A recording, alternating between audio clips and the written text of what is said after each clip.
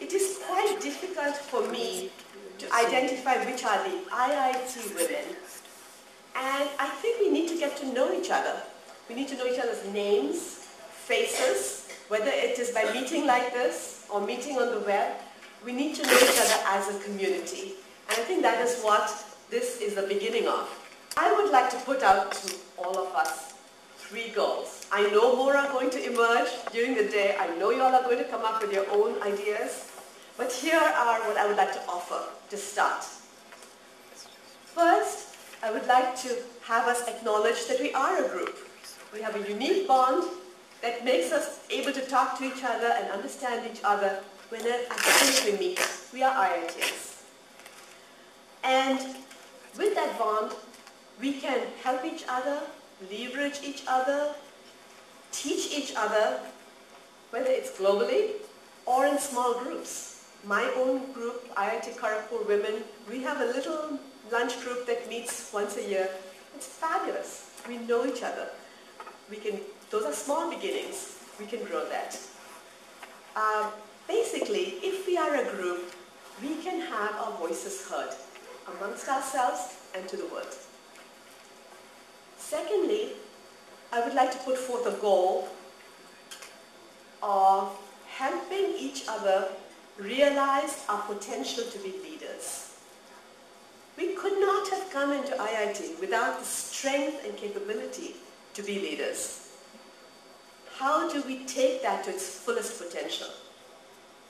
We are a very small percentage of the overall IIT population, a very successful population, as we all know. We can get women IITians to have much greater visibility and much more leadership status than we have today. And lastly, the last goal I would propose is, given that success and leadership are something that start very early, actually in school, but definitely once you're in IIT, can we develop a process of helping women through a mentoring process grow into their full potential? So these are 3 goals I'd like to put forward to you for discussion, development. Maybe Marissa, we can just dive in and talk about sort of how you rose through the ranks at Google. You're now one of the most senior executives there, and it's maybe the most high-profile technology company on the planet, perhaps, certainly in Silicon Valley. I think you joined the company in 1999 and were maybe employee number 20. I think, can you tell us a little bit about how you got started there and sort of, maybe what kind of leadership or management aspirations you had then at that time? Sure. So I have been at Google now for about 8 years. And my background is in computer science. So I did an undergraduate degree at Stanford in something called symbolic systems, which is philosophy, psychology, linguistics, and computer science. And then I decided that I wanted to be able to be a professional programmer, and I wanted to have more depth in the computer science part. So I went on to do a master's in computer science. And then at the end of my studies, I joined Google, which of course was the height of the bubble, so there's a lot of story behind how do you actually pick a startup and how do you pick a company, and I guess in many respects I was very lucky with that choice, because Google is my first job, technically out of school. But when I joined Google, I was an engineer. Worked on, in my early days of product management, is how could we grow and build a product management organization.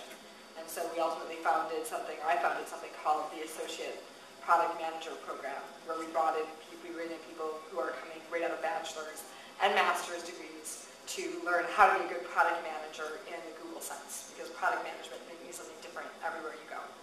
So we've been running that program. The program is now in its 7th year. So each year we hire an APM class.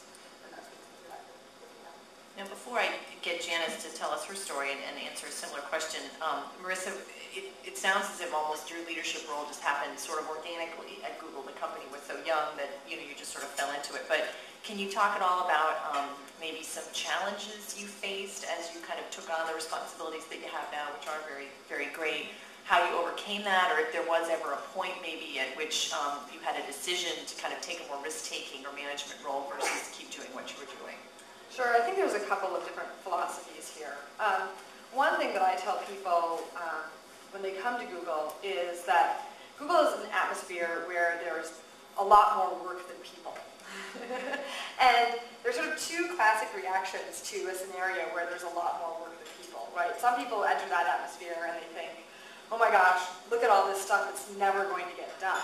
Right? Because there's so many things that we could do that we're just never going to get done. And then there are people who come and say, wow, look at this, all this stuff that isn't getting done. And they say, you know what, I can come over here and sort of carve out this niche and become a real expert in this and add a lot of value and really grow the company and a team and grow myself in that process. And so that was certainly how it worked for me. I basically saw big parts of the company, like there was no product management on Toolbar, and I was working on search and on the Google.com website, so I started working on that. Turning to Janice, Janice deals with risk all the time now in her current job, which is as a venture capitalist with the Mayfield Fund, which is one of the best-known venture firms in Silicon Valley. Before joining Mayfield, though, Janice, I know you were a top executive at 3Com, and prior to that, president of BICC Data Networks. So maybe you could talk about some similar issues, sort of how you got started in your career as a technology executive, and sort of what your management or leadership aspirations were at the beginning. Yeah, so my life story is a little longer than Marissa's, but I won't bore you with the length. But I started my career in the UK, in Europe, and I actually started out studying science and moved into economics and quickly realized that I wanted a career in business, and that was certainly what I pursued. And so, first of all, I moved into perhaps a more traditional route than is common today, and I joined 2 or 3 large companies as, for example, a product manager, and then moving into sales and marketing. So learning sort of functional expertise, which I had the opportunity to run a data networking company as CEO. And this was perhaps the biggest move. I had really 2 aspirations at the time. I wanted to run a company, and I wanted to come to the United States. And I wanted to run a company because it just seemed to be the ultimate thing to do. You could leverage all the things you've learned, and you could build your own company, your own culture.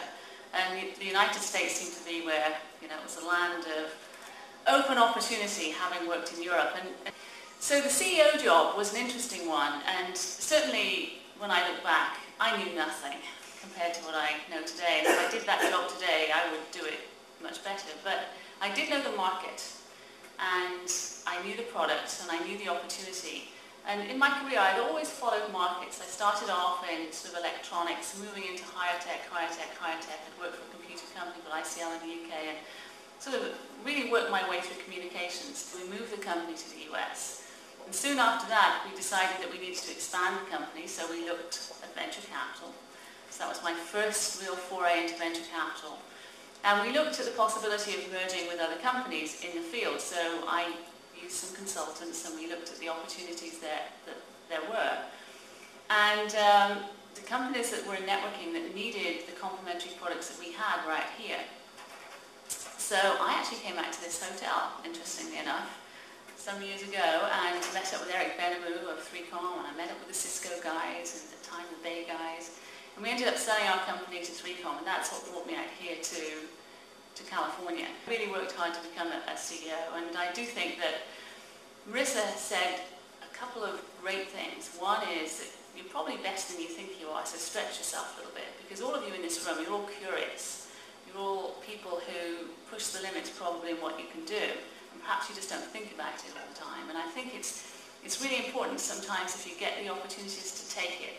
I'd love to be associated with some of these new companies that really can grow from nothing to be something, and hence my move into venture capital.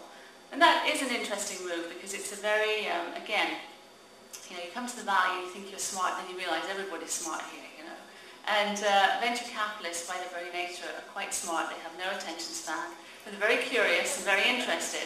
And I got to a point where I was interested not just in networking technology, but in other types of technology. And so the great thing about being in venture capital is that I have an opportunity to explore investing in other areas that I would not have been exposed to if I stayed in just one company. So